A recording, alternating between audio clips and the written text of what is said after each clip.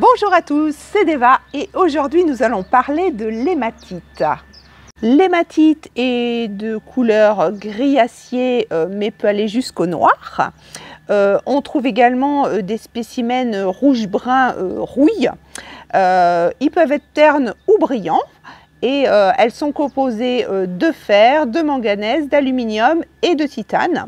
Leur dureté est de 6, ce qui en fait une pierre relativement dure. Et elles peuvent être d'origine sédimentaire, métamorphique et même provenir de roches ignées. Le nom hématite vient du latin qui veut dire sang. D'ailleurs, c'est aussi appelé la pierre de sang. Alors, je ne sais pas si on voit un petit peu, c'est un petit peu cette coloration rouge-rouille. Mais en fait, voilà, l'hématite, ça colore le sol, ça colore l'eau, ça colore les roches en rouge. Et donc, souvent, quand vous voyez du rouge, il y a forcément de l'hématite, très souvent en tout cas. Au niveau histoire, dès la préhistoire, les hommes préhistoriques justement s'en sont servis en broyant la pierre pour en faire des pigments et donc pour l'art pariétal, pour faire des jolis dessins sur les grottes. Mais les Indiens d'Amérique s'en sont aussi servis notamment pour leurs peintures de guerre, pour des peintures de protection et les rituels qui allaient avec.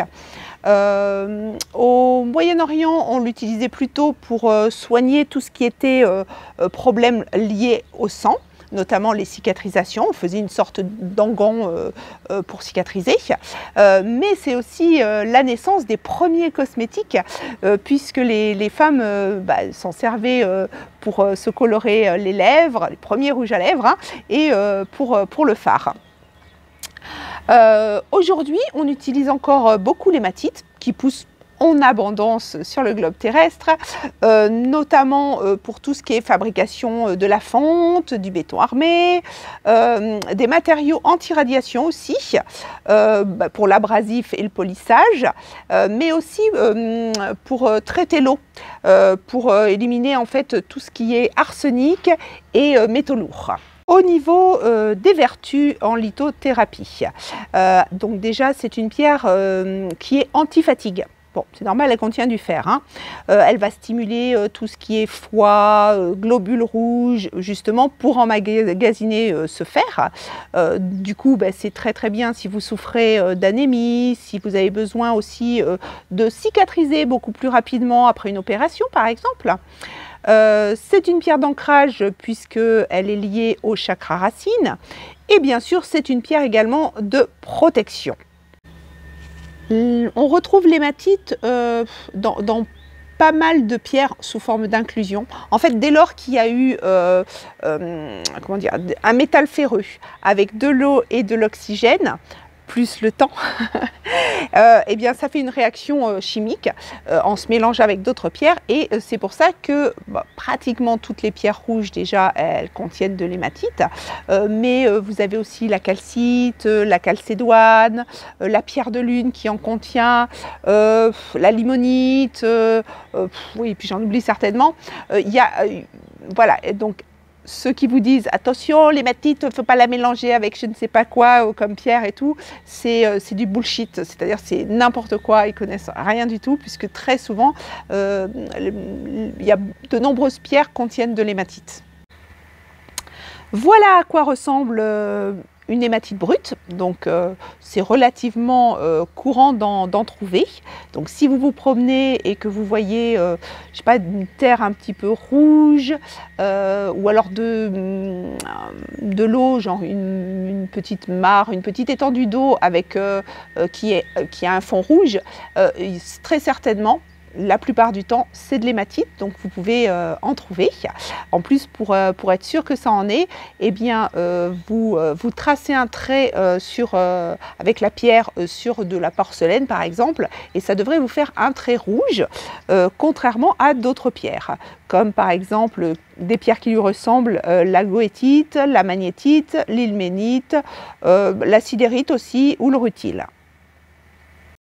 Au niveau des traitements et des imitations, alors de plus en plus on trouve de l'hématite synthétique, alors quelquefois c'est même écrit,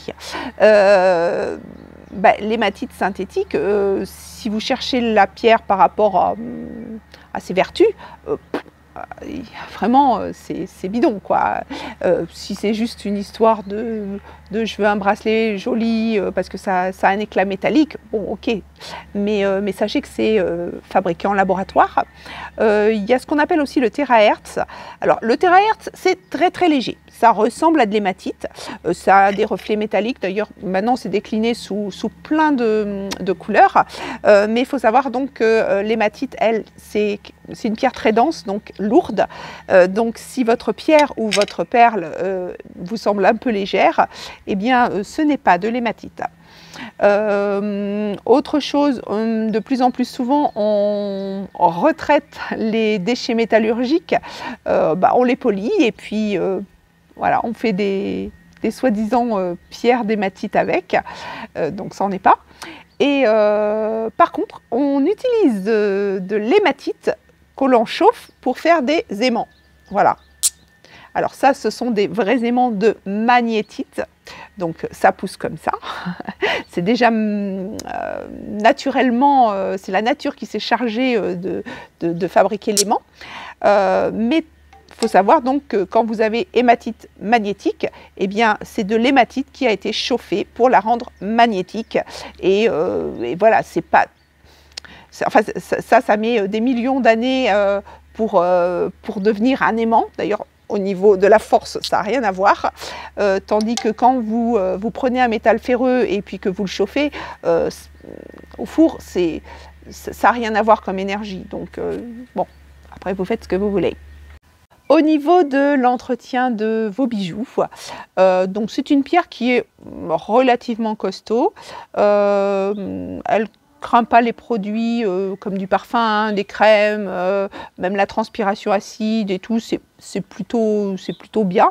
Alors l'eau à faible quantité, parce que si vous prenez tous les jours votre douche avec, va y avoir comme des petits points de rouille qui vont apparaître sur la pierre.